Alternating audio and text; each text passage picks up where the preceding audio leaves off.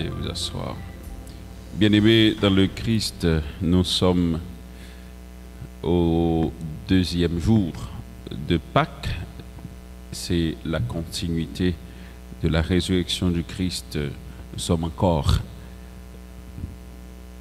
à l'octave de Pâques.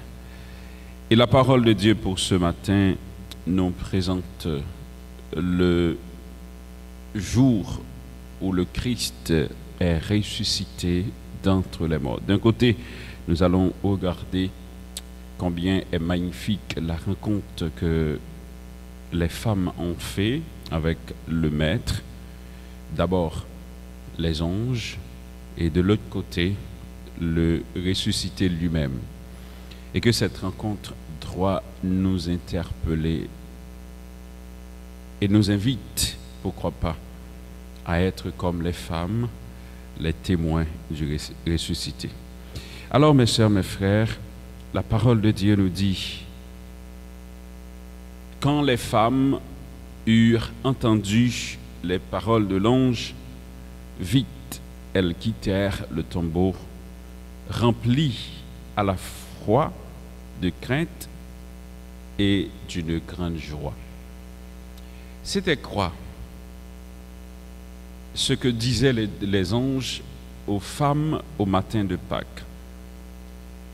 Vous cherchez le vivant parmi les morts. Il n'est pas ici, il est ressuscité. Voilà. C'est pas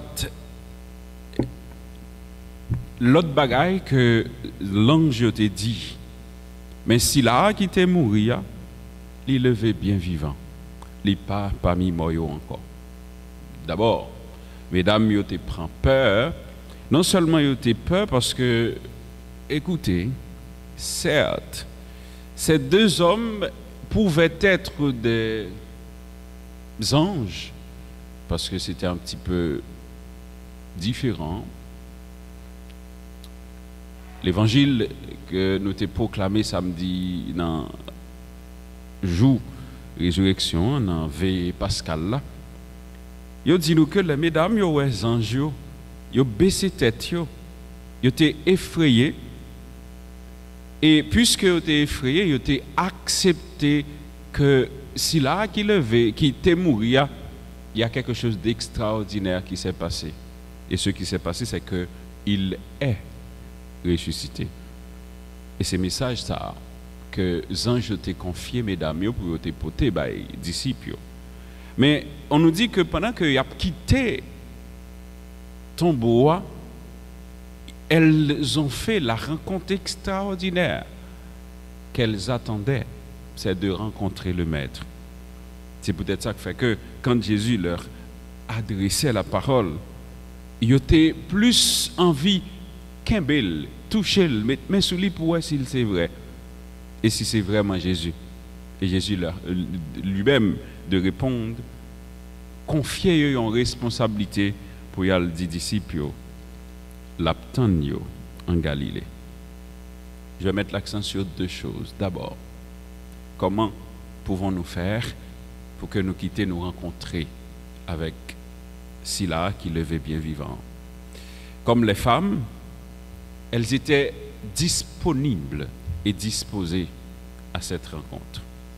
Ce matin, nous sommes toujours au matin de Pâques, venus au tombeau pour rencontrer Dieu, pour rencontrer le Messie, rencontrer le ressuscité.